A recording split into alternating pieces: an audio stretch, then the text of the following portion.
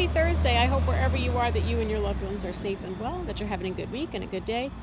I'm sitting outside right now. I'm coming back from physical therapy and I'm watching the traffic behind the camera, and I thought maybe that would help me bring my brain down from what we were doing today, which was total crap. I know it's supposed to help me, but it's a nightmare. It's this hellish scenario called optokinetics, which I'll explain in a minute. But last week was the 6-month anniversary of my stroke. I know I didn't say specifically what we were doing because I am very superstitious that way. And I don't like talking about things until they're happening or they're about to happen because I don't want anything to blow it up. December of 2019, my husband and daughter had given me tickets to see some of my favorite bands in the whole world play at Citi Field, and it was supposed to take place in July, I think, of 2020. And it was tickets to the stadium tour, Motley Crue, Def Leppard, Poison, and Joan Jett. And I was freaking the heck out because I love all of those bands. That's my favorite kind of music. I grew up listening to it. Guns N' Roses, Ozzy Osbourne, I love them, love them, love them. Fast forward a few months and we're all locked down. So I thought, excellent. The universe is trying to jam me up from my 30-plus year dream to see these bands play. But they emailed everybody and said, if you've got tickets to any of these shows, hang on a second. Hello, little bug. Goodbye, little bug. If you've got tickets to the shows, we can either give you a refund right away, or if you want to be patient, we can, see if we can reschedule. So I was like, well, we'll hold off because, hello, chance of a lifetime. And then December of 2021 happened. And I really thought the universe was trying to keep me from seeing my bands play. I didn't think I was going to make it to that concert. I found out it was going to be on, before the stroke happened, I found out it was going to be taking place in June of 2022. And I legit thought I wasn't going to get there. I thought I'd be too weak, I'd be too tired. What if I was walking with my cane? What if this? What if that? And I was too afraid to... I didn't want to cancel. I didn't want to have my husband get the refund because I thought, when am I ever going to see these bands play again? If I have to drag myself there, I'm going. But I'm not going to lie, I did get scared. I really thought it'll be a nightmare. Well, it was not a nightmare, but I was too afraid to talk about it because I get nervous. I don't, like if someone asks me to go to something, or if I want to go to something and it involves buying tickets, I just say outright, don't buy me a ticket because I don't want to be left out of it. I don't want to disappoint people. I don't want someone spending money on something that I'm not going to be able to do. And so I don't go to things because it's just easier that way. Family events like parties and stuff, or like if people are going away somewhere and they're like, oh, you want to come? I don't, because I don't want to let people down. So it's easier just to say no. And if you live with a chronic illness, I'm sure you can relate to that. Like I've talked to other people that live with stuff and they say it's exactly the same. You don't want to be in somebody else's house. You'd rather be home. You don't want to disappoint people and have them expect you to be someplace that you're not going to be. So it's just easier to say no. And so that's the story of my life. I'm a homebody anyway. So the chances of getting me to go anywhere, pretty slim, unless it's local and I can walk there and walk home. I'm being totally honest, and my family knows that. But it's just easier. So I just walked by really laughing. I love hearing people laugh.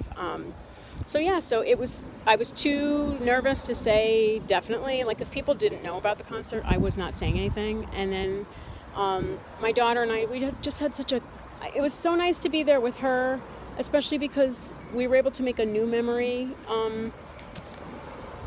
Because she was with me when I had my stroke, and I hate that. I wish I could flush that memory out of her head, and I can't. But I'm glad we were able to make a new memory together, because it was just nice to have something else to think about related to that day, because it was just, I hate that. But anyway, so it's a beautiful day here in New York. I am, sitting outside. I've been trying to take walks. I am going to do the optokinetic training because I don't want to be stuck in this weird visual limbo of not being able to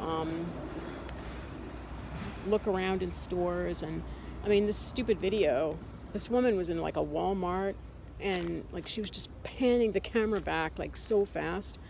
And when I was sitting, it was okay. When I stood up, it was a nightmare. And I don't think I said it in, I tried to do this video like 6 times already, but he said, my physical therapist was telling me that when you're sitting down, your body is grounded. So your back's against the back, your arms are on the armrest, your backside's on the seat, your legs are against the chair, feet are on the ground. So you're totally grounding yourself, and your brain isn't, you're just taking in that visual image. You're not trying to like do a lot at the same time. When you're standing, you're losing all your grounding except in your feet. And so your body's kind of flailing, your brain is kind of flailing for a minute to figure out how to process those moving images, and you don't have the grounding to help you feel balanced. And so the therapy this week is I have to try it sitting on my couch, watch this stuff on TV, which is going to be a nightmare, and then move away from the back of the chair. So like lean forward in my seat so that I don't have the full benefit of being grounded in the seat, and try it that way. And I'm not supposed to do it standing up until I go back to physical therapy next week, because he said that's a little advanced and he wants me to wait. The other thing he wants me to try is I have to fold my yoga mat. I don't know the benefit of this because I'm not walking on squishy materials, but he has me standing on this like 2-inch squishy cushion every week. And I have to close my eyes, cross my arms over my chest, and move my head back and forth.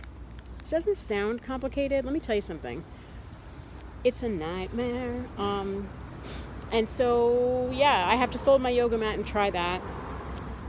But it's to build up the tolerance in my vestibular system. So anyway, I'm doing it. He's a good guy. He asked me if I thought therapy was helping. I said I think it would be doing more for me if I was actually doing the work at home. I'm not doing it as much as I could. I do it when I remember. I don't do it every day. It's kind of a half-assed effort on my part. But I am going to do this optokinetic crap, because he told me if I do it only once a week, not to bother doing it at all, because it's not going to help me build up my tolerance for